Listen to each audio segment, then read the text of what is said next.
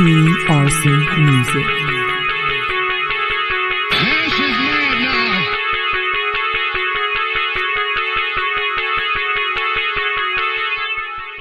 Thank y'all for coming out with here again.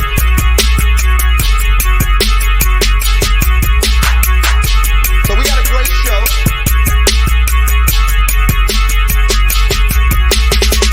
We're back. Yeah. What's poppin', yo? What's happening? You're back in the lab with your man, Marq Nash. He is I am he. Another great episode of Breaking the Beats. And oh my God, man, this is a great episode. We got a very special guest. Man, what can I say about this guy that you might not know? I'm gonna let him introduce himself. But before I do, I got to tell you, this guy needs little to no introduction. He's a brother. He's a husband. He's a father. He's a leader in his community, a cancer survivor. He found the way to make something out of nothing. And he did it the right way. He got it out the mud doing this, man. Man, what can I say, man? This guy is the fighting pride of Flint, Michigan. Two-time world champion, super middleweight world champion of the world. He's known by many names to many people, but tonight we're going to call him the dog. Mr. Avni Dirrell is in the building. Make some noise. What's going on? Yeah. Hey, how you doing today, champ? I'm blessed, man. You know, wake up another day, you know, with my family, man, and pursue my dreams. Absolutely. Let's get right into it, man. How did you get into boxing? You could have did anything else in the world, but you chose to punch people in the face for a living and get punched in the face. That's not I mean, you could have waited tables, man. You could have been at Walmart, paper or plastic. Why fighting? My granddad, Ali, man, he used to train with him, and he just passed down the knowledge that he had to his grandsons. I don't think it's a boy or a guy in our family that haven't, you know, put on a pair of gloves and tried it. But that's where it come from. You know, he was passionate about it. He knew what we was gonna be before we did, and we just made the dream come true. That being we is me and my brother. Now, how early did you guys start boxing? I was 9, he was 10, so I've been doing it for 27 years. You know, in total of amateur and professional. So it's a long career, man. It's a lot of wear and tear in your body if you're not taking care of it. So, you know, we took care of our body. We did the right things. Wasn't smoking. Was not in the streets. Wasn't drinking. You know, we might have a drink for celebration here and there, but it wasn't, you know, getting drunk. But, you know, just taking care of your body. You take care of your body, it'll take care of you. Speaking of taking care of your body, you are a survivor of cancer. Non-Hodgkin's lymphoma, if I'm not mistaken, right? Non-Hodgkin's lymphoma, yep. Lymphoma. Yep. It happened in 2006 to 2008. I was going through radiation and chemo. I got through it. You know, I was a strong individual with my family support and close friends. You know, I was able to get through it and, you know, live about it and talk about it. And this came across like, I remember it was a broadcast. Larry Merchant, I think, said it on air. Did you know he was going to talk about that? And yeah, how did you make I you knew feel? it. That was my first time even coming out with it. Nobody even knew I had it. I didn't lose any hair, or, you know, I wasn't looking sick. They just thought I retired. But, you know, I was out with the illness, cancer. So, but when he announced it on the air, that was my first time coming out and telling everybody, you know, in public in the boxing world that I had cancer. So, speaking of adversity, you're from Flint, Michigan. Yeah. Correct. What is the status in Flint right now as far as the water crisis there? Because I'm under the impression that it's not over. People think Obama came there, had a glass of water. It's all good now. But from what I understand, that's not exactly the case. Can you talk to us about what's going on in Flint and also things that you guys are doing around there? Because I know you're very active in your community all over the world, not just in Flint, but you're very active and you are influential person. What is going on in Flint, and what's going on there, and what are your efforts there, and what can we do? The water is not fixed. It's been since April 14th, 2014. So that's a long time, 7 years. That we haven't had clean water throughout the city. Do some places have it? Yes. And I don't understand how some places have it when it's running through every pipe, But we're still fighting. We're still fighting to get it fixed. I think people just think it's done and over with and fixed, and it's not. We still need help with everything. At one time we were a city where everybody wanted to move and start a family because of GM. Now everybody wants to get out just because it's just so run down and stuff. But we're at the bottom. We can't do nothing but rise from here.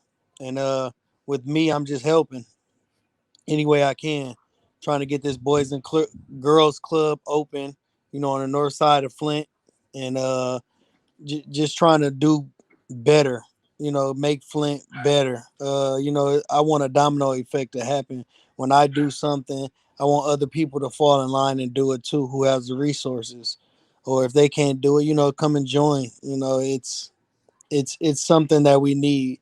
I don't think we need a city that's in America without clean water, or you know, with kids not being able to learn at their grade level. I think everybody needs to, come and help everybody out. We're a country, man. We're supposed to help each other. We can't depend on each city to city. We gotta help each other. It take a village to raise a child, and we got a lot of children that's here that really needs help. What is it that we can do to help out Flint, Michigan? Because a lot of people, I remember when the news first hit, a lot of people were sending cases of water there. It appears that has slowed down tremendously and it's almost forgotten about. Is it any organization that that is trusted that people can support the people of Flint, or how can we do that? I mean, like probably the food bank type things. They really help out a lot. I try to help as much as I can. Like either is giving turkeys away on Thanksgiving or giving presents away on Christmas.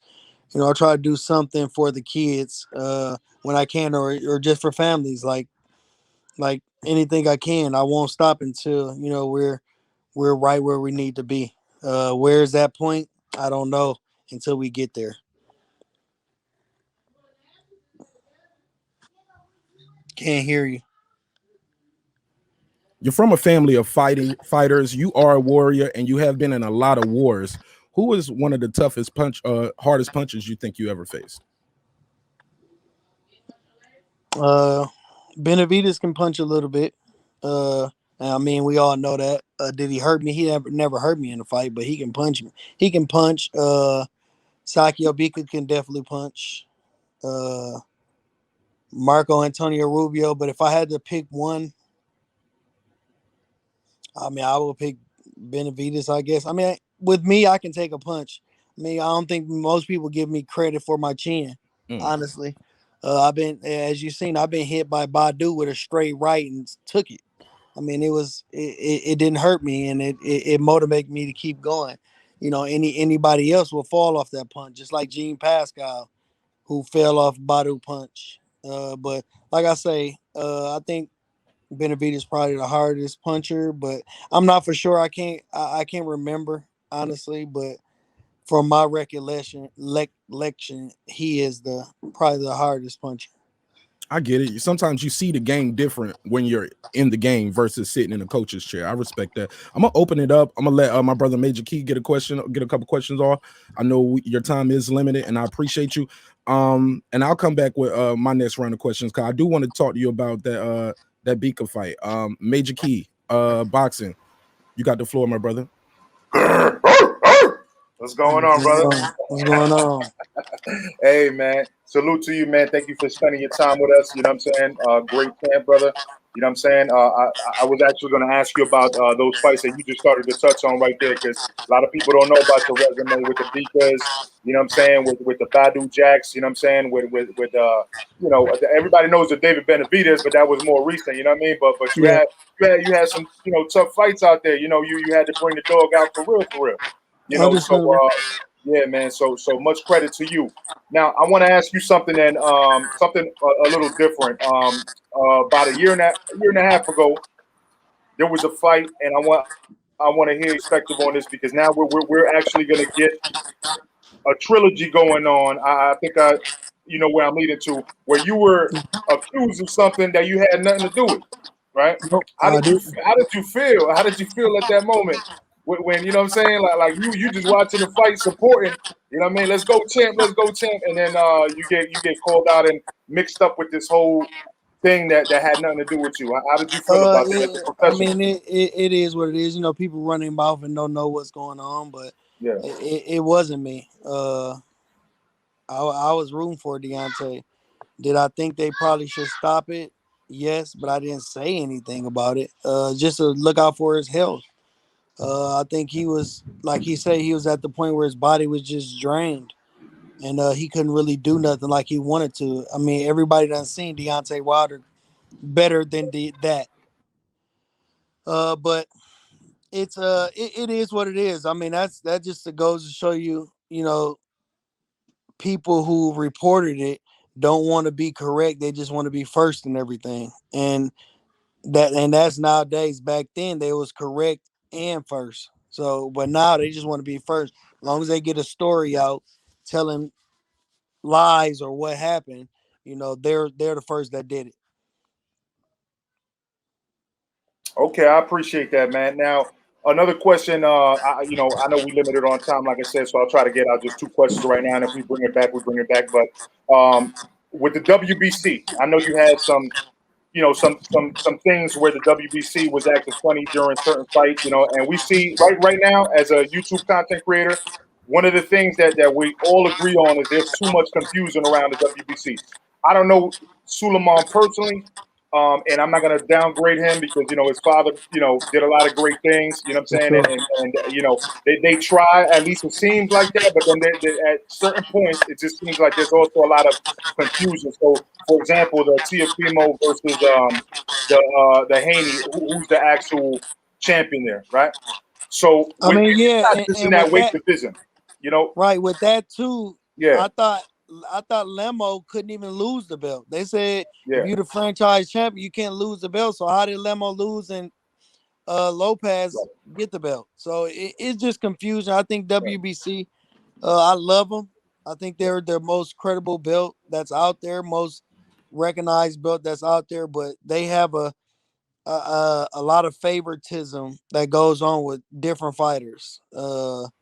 And we just need to fix it. I think it's too many belts. First of all, it's a silver, it's a diamond, it's the regular, it's the go whatever. You know, it's a lot of belts, and it just need to be one belt.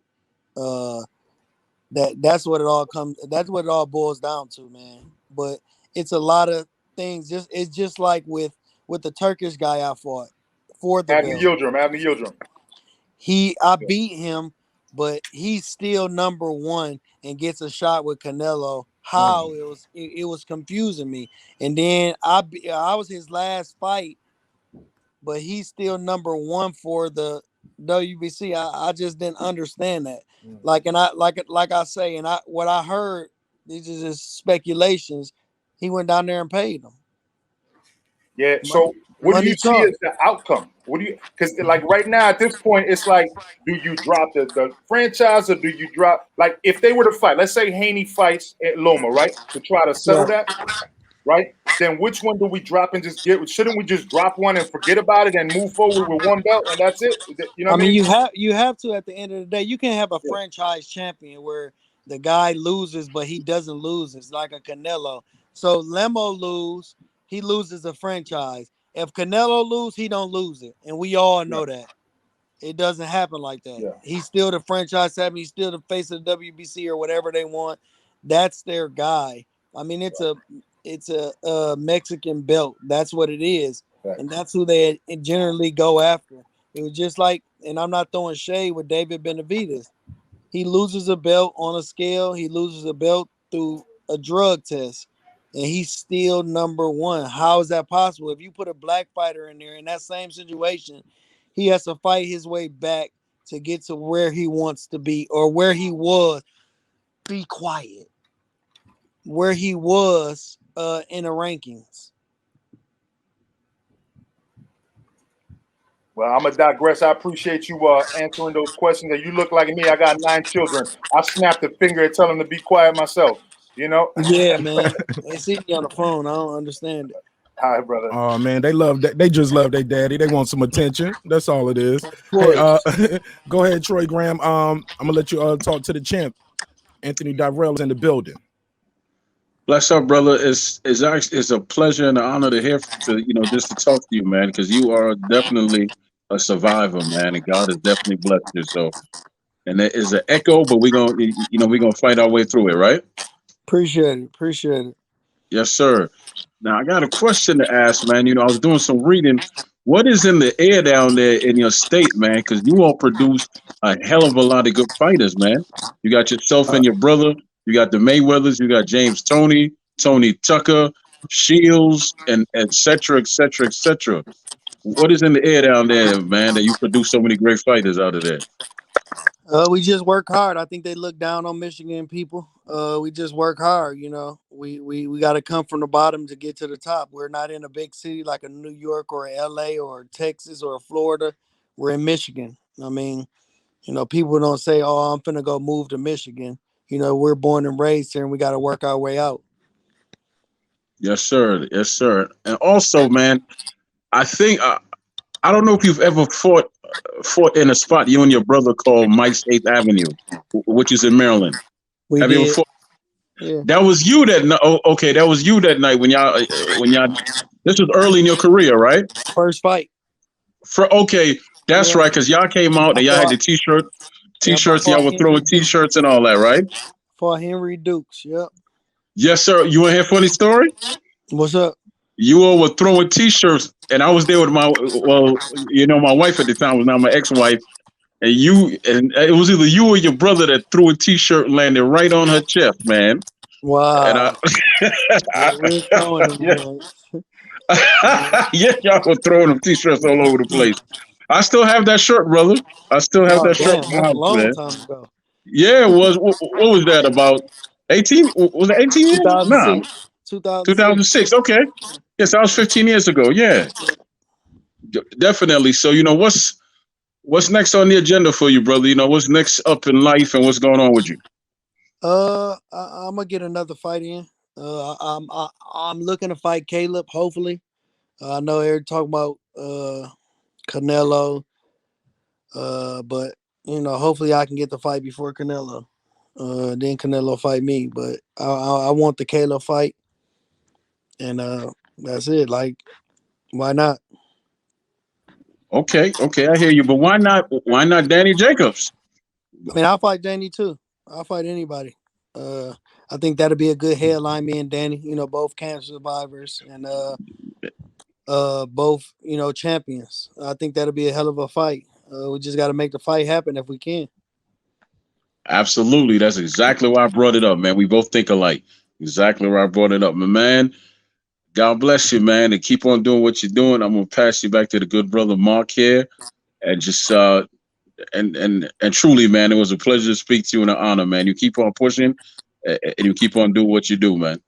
Thank you. I appreciate Um, champ, you said what's your walking around weight? Let me ask you that. it. 185. 185. About how long is your camps usually? 2 months. My last camp was a little longer. We was off for a year with the pandemic and stuff. So I went 3 months for that camp. But yeah, it's usually 2 months. Hey, when you fought Big, like the first time it was a split draw. The second time you blew him out the water. What did you learn from that first fight? And what adjustments did you make to go back in there and say, hey, I'm not gonna let this be as close? I thought I beat him the first fight, honestly. I knocked him down. They took a point. And then, you know what I mean, to tell me I didn't, if I wouldn't have got those two things, that I would have lost the fight. It was just, I don't think it was fair, but I came back the second fight just boxing. I'm just stuck to, my game plan and did what I needed to do. In the first fight, I got anxious because I knocked him down. Just got anxious. Did I get tired? Yeah, it was my first fight. First 12-round fight, I did. And that was at the end, but the second fight, I walked right through him. Exactly. Somebody in your fraternity, Jamel Charlo, said race doesn't matter recently, and he's been getting a lot of backlash. You just spoke about race in boxing. Does race matter? Do you think how, and if so, how important does race factor into opportunities guys are getting and those who are not getting those opportunities? Can you I think elaborate on that? I think it does a certain extent. You know, sometimes you got the connection for you got complexion for the connection. You know, and you know, headline sales fights. The more tickets they sell, the more they get paid. And, I mean, that's with a lot of stuff. But I'm not gonna say heavily because it's a lot of black fighters in boxing, not so many Caucasians. It's a lot of Mexicans too. But I think a little bit. I think it plays a part in everything a little bit. And you know, you just have to you got to deal with it either way. Either you want it or you don't. Okay, I'm gonna pass it back to Major Kid, but before I do, I want to talk to you about that glove gate, man. This is still a hot topic now that we got the trilogy fight coming on this summer. We've heard a lot of things. It's speculation about the suit, the water. It was speculation that it might have been I think egg it was weights. I think it was too many excuses, man. He beat him. I think that was it. You can't keep coming up. You can't say the water, the coach, the suit. He's spiked. You know, he did this. The gloves. Like that's too many excuses. Just take the L. I mean, the greatest took an L. So just take the L. Come back stronger the next fight. Do I think he will? Yes, for sure. It's Deontay Wilder.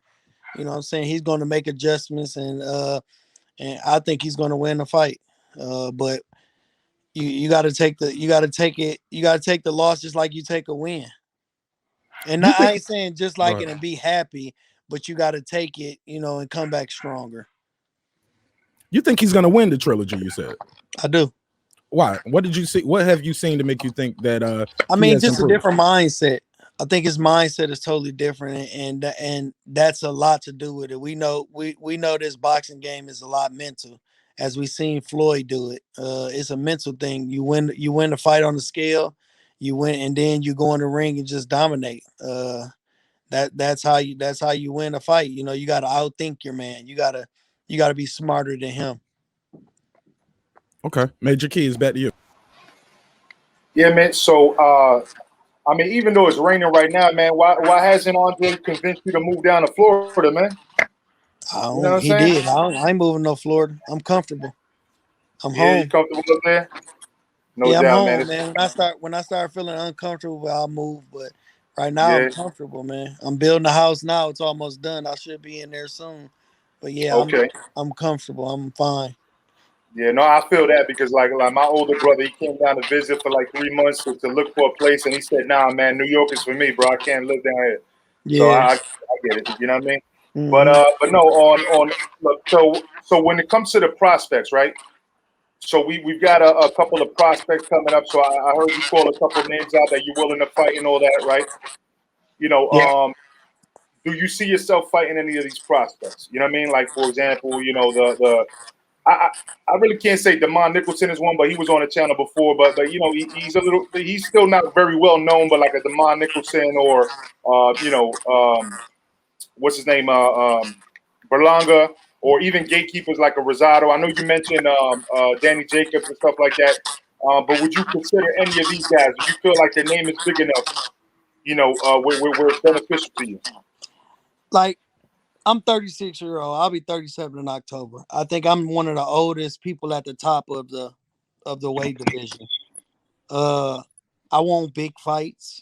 They got a name, that's fine, but I want big fights. I want another belt before I go out. But I'm just like I say, I'm the oldest at the top right now. You know, in the top 5, I'm the oldest, and I'm just trying to, you know, do something great before I leave. All right, man. Well, all I gotta say is I appreciate you. I know we limited on time, and I hope that you get that as well. I want to see you in the ring again. You know what I mean?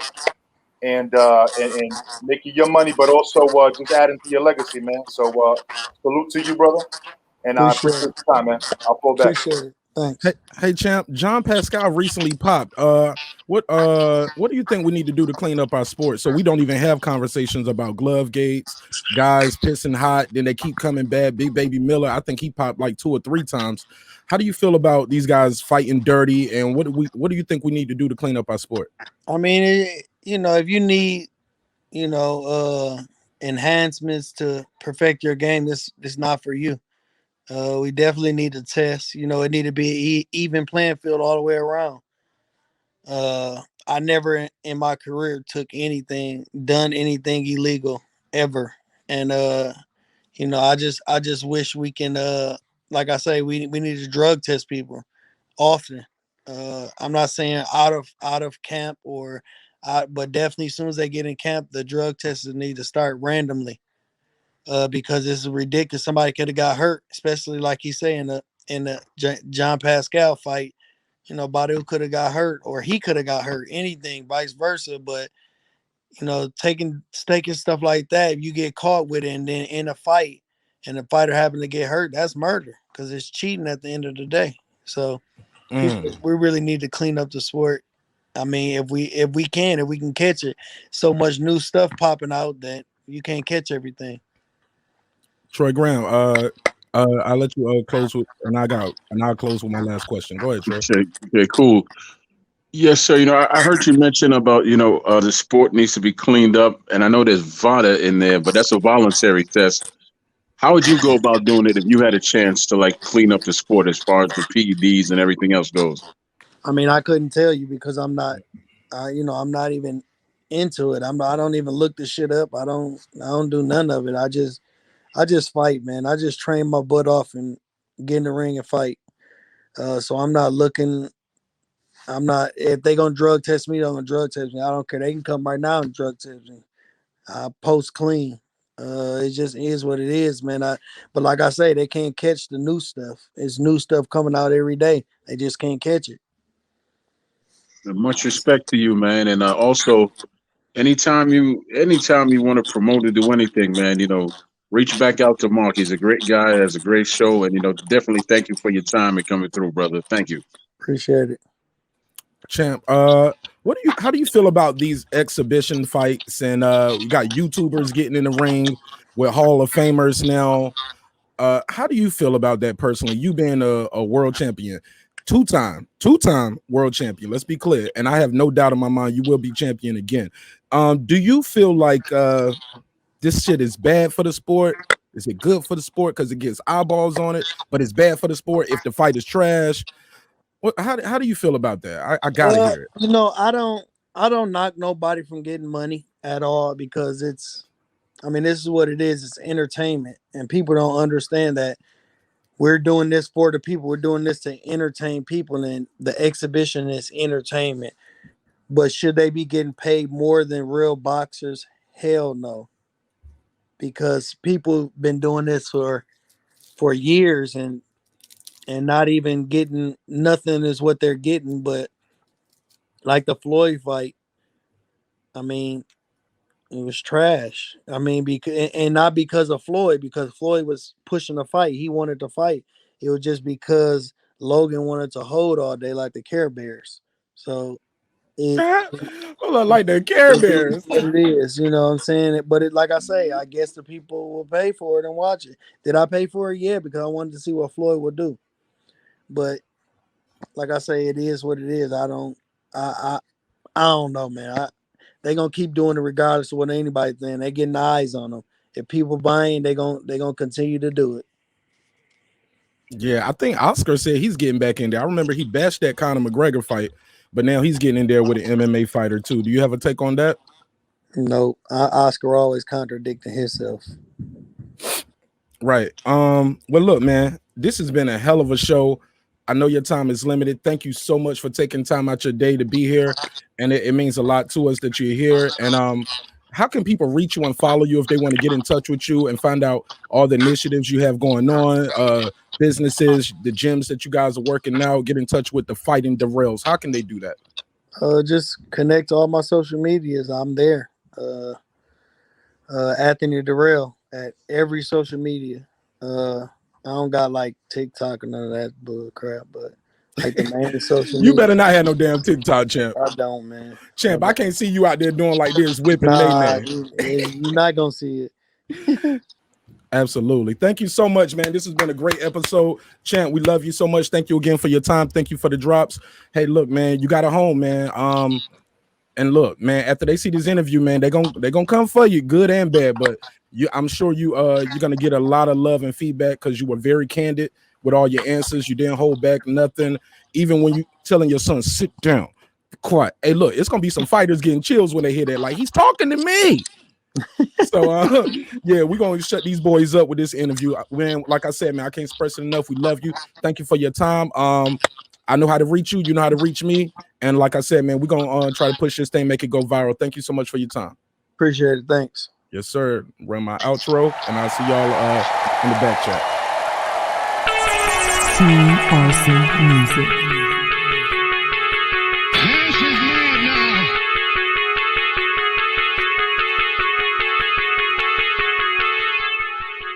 Thank y'all for coming out with here again.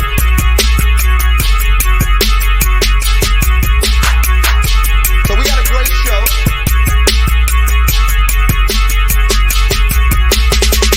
We're back.